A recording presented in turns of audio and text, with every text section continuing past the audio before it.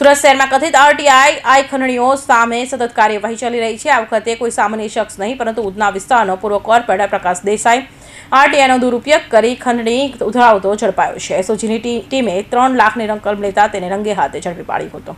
પ્રકાશ દેસાઈએ મામલે થિયેટર અને ટિકિટ નામના કોડવર્ડ તૈયાર કર્યા હતા, જેમાં થિયેટરનો ઉપયોગ ધરણા અને ટિકિટનો ઉપયોગ ખંડણીની રકમ માટે થતો હતો।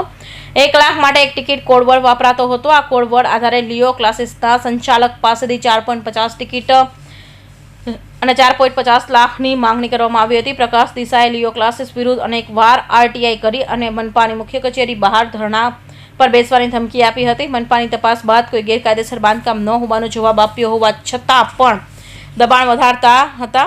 આરટીઆઈની ધમકીથી હથિયાર બનાવવાની ખંડણી માંગ કરતો હતો। જ્યારે આખરે 3 લાખની ટિકિટ લેતો હતો ત્યારે એસઓજીએ ટ્રેપ ગોઠવી તેને રંગે હાથે ઝડપી પાડ્યો હતો। ખાસ વાત એ છે કે પ્રકાશ દેસાઈનો એક વિડીયો સામે આવ્યો છે, જેમાં તે ઘરના હિંચકા પર આરામથી બેસી આરટીઆઈના દબાણની વાત કરતો જોવા મળે છે। આ વિડીયોમાં ખંડણી અંગે ચર્ચા કરે છે। એસઓજી પોલીસે પૂર્વ કોર્પોરેટર વિરુદ્ધ કાયદેસરની કાર્યવાહી શરૂ કરી છે। પૂર્વ કોર્પોરેટરની ધરપકડ કરવા એસઓજીની ટીમ પ્રકાશ દેસાઈના ઘરના ટેરેસ પર હતી, જેને જાણકારી પ્રકાશ દેસાઈને નહોતી। જ્યારે ખંડણીની રકમ પ્રકાશ દેસાઈએ લીધી ત્યારે ફરિયાદીના સૂચન પર અચાનક જ એસઓજીએ એક પોલીસકર્મીના જીવના જોખમે ટેરેસ પરથી ઉતારી તેના ઘરની બાલ્કની અંદર પહોંચ્યો હતો। આ દ્રશ્ય કોઈ ફિલ્મનો હોય તેમ જોવા મળ્યું હતું। આ દરમિયાન પ્રકાશ દેસાઈની ધરપકડ કરવા તેના ઘર નીચે એસઓજીના ડીસીપી રાજદીપસિંહ નકુમ અને પીઆઈ સહિતના પોલીસકર્મીઓ હાજર રહ્યા હતા। ટેરેસ પરથી પોલીસકર્મી પ્રકાશ દેસાઈના ઘરમાં અંદર પ્રવેશ્યો હતો, જ્યારે બીજી બાજુ ઘરની નીચે એસઓજીની ટીમ પણ ઉપર પહોંચી હતી અને હિંચકા પર બેસેલા પ્રકાશ દેસાઈની ધરપકડ કરી હતી। જી સર, ઉધના પોલીસ સ્ટેશન ખાતે જીગરભાઈ કથિરિયા, જે પોતે લિયો ક્લાસીસના સંચાલક છે, એણે આવીને ફરિયાદ નોંધાવી હતી કે એમને પ્રકાશ દેસાઈ નામના એક પૂર્વ કોર્પોરેટર છે, એ એમના વિરુદ્ધ વારંવાર અરજીઓ કરે છે અને આ અરજીઓ ફાઇલે કરાવવા માટે અને વધારે અરજીઓ ન કરાવવા માટે એમની પાસે ખંડણી માંગેલ હતી, જેને કારણે તેઓએ પોતાના વિડીયો રેકોર્ડિંગ કરી અને પૈસાની અમુક 3 લાખ રૂપિયા જેટલા રકમ એણે આ પ્રકાશ દેસાઈને આપી હતી અને ત્યારબાદ એમણે ફરિયાદ નોંધાવી હતી। પોલીસે આ બાબતને લઈને ગુનો નોંધ્યો છે અને ફર્ધર તપાસ ચાલુ કરી હતી।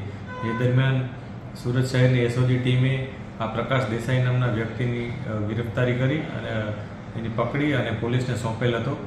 ઉધના પોલીસે તેની ફોર્મલ કમ્પ્લેન નોંધી અને ફોર્મલ એનું અરેસ્ટની પ્રોસેસ ચાલુ કરેલ છે અને આગળ જે પૈસા છે, જે 3 લાખ રૂપિયા એણે આપ્યા હતા, એ અત્યારે રિકવરી કરવાની પ્રક્રિયા જારી છે। સર, 3 લાખ રૂપિયા આના માટે આપ્યા હતા અને જે ઓનર છે એ શું કહીને એના જોડે આવ્યા હતા પૈસા માંગવા?